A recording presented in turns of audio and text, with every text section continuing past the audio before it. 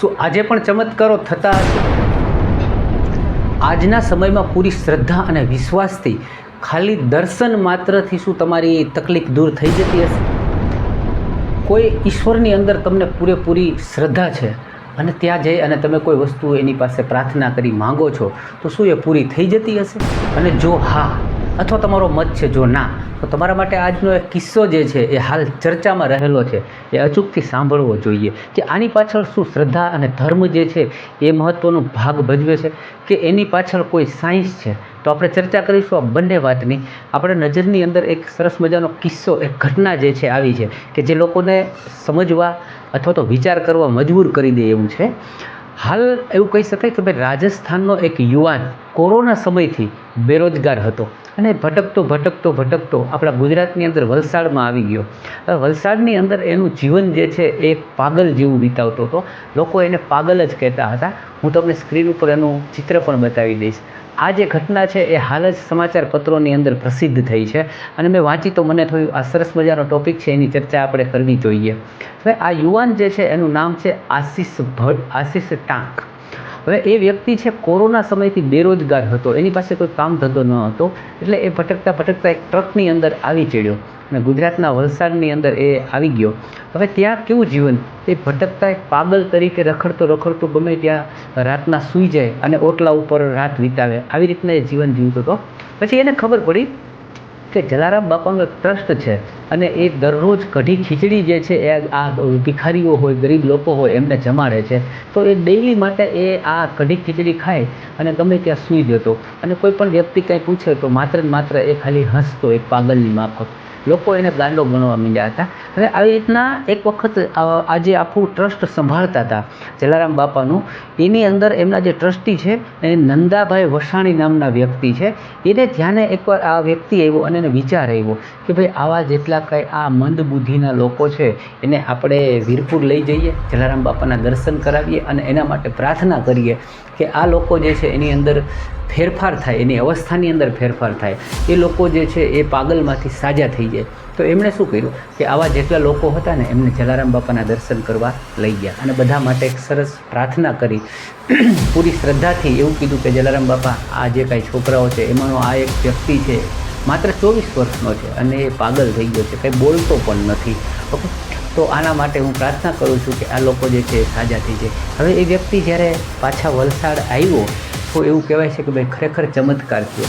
એ વ્યક્તિ જે છે એણે બોલવાની કોશિશ કરી પણ બોલી ન શક્યો અને એમણે ઈશારાથી કીધું કે મારા ગળાની અંદર કંઈક ફસાઈ ગયું છે. એમને દવાખાને લઈ જવામાં આવ્યા. દવાખાને લઈ ગયા તો ખબર પડી કે એ વ્યક્તિના ગળાની અંદર એક સિક્કો ફસાઈ ગયો છે. આજે આપણે વાત કરીએ છીએ સુભાષ ટાંકની. એના ગળામાં સિક્કો ફસાઈ ગયો તો એમને સારવાર અર્થે લઈ ગયા અને ગળામાંથી સિક્કો કાઢવામાં આવ્યો અને વ્યક્તિ જે છે એ કહેવાય કે એક ચમત્કાર થયો. એ પોતાની શુદ્ધ બુદ્ધમાં આવી ગયો અને એણે રિયલ આખી સ્ટોરી કહી દીધી કે મારું નામ આ છે, હું રાજસ્થાનના કંઈક મુંડવા ચકોર એવું ગામ છે ત્યાંનો રહેવાસી છું અને મારી પાસે કોઈ કામ ધંધો ન હતો, હું ભણેલો છું પણ બેરોજગારી અને ટેન્શનના હિસાબે હું એક પાગલ બની ગયો, મને કાંઈ ભાન નથી પડતી, હું ગાંડાની જેમ રખડવા લાગ્યો હતો. પરંતુ તમે જ્યારે જલારામ બાપાને ત્યાં મને લઈ ગયા, દર્શન કરાવ્યા તો ખરેખર મારી અંદર બધા ભાવો જાગૃત થઈ ગયા, હું પાછું પોતાની ભાનમાં આવી ગયો. પછી બધા લોકો રાજી થયા અને આ છોકરો જે છે એનો ઘર પરિવાર છે, ક્યાં છે, શું છે, બધી વિગતવાર એને માહિતી આપી. હાલ આ છોકરો જે છે એકદમ તંદુરસ્ત થઈ ગયો. ત્યારબાદ તેને ત્યાંના એક રહીશ છે એમણે રોયલ આમલેટ નામની એક જગ્યા છે એના પર એને કામે રાખ્યો. ધીમે ધીમે છોકરો છે દિવસે સ્વસ્થ થતો ગયો અને એકદમ સાજો થઈ ગયો. ત્યારબાદ એ છોકરાએ કીધું કે મને સારવાર અપાવી, જલારામ બાપાના દર્શન કરાવ્યા અને મને તંદુરસ્ત કરવા માટે હું આપ સૌનો આભાર માનું છું, પણ હું ભણેલો ગણેલો છું એટલે હું ચાહું છું કે હું કોઈ સારી કંપનીની અંદર નોકરી કરવા જાઉં.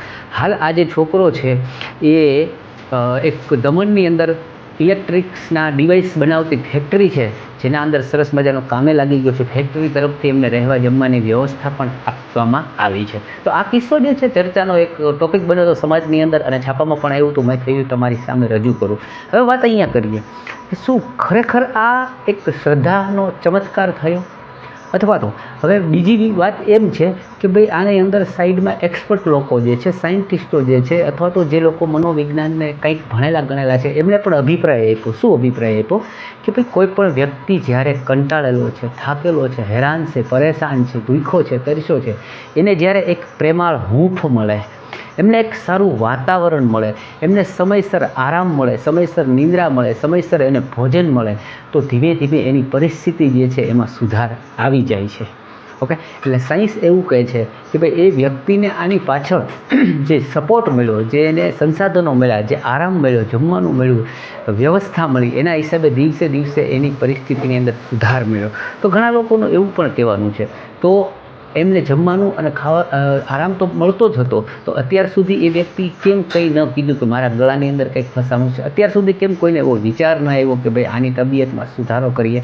તો લોકોનું કહેવાનું એવું છે કે ના, આની પાછળ જે છે એ ધર્મ, શ્રદ્ધા જે છે, જલારામ બાપાનો ચમત્કાર જે છે એ જ મહત્ત્વનો છે. તો બંને વિષય જે છે એ આમ જુઓ તો પોતપોતાની રીતે સાચા હોઈ શકે. આપણે કોઈને ખોટા નથી કહેતા, આપણે કોઈને નકારતા નથી. બસ વાત જે છે એ થોડી શ્રદ્ધાની છે, થોડું સાયન્સની છે. તમારા પર છોડું છું કે તમે શું માનો છો આમાંથી?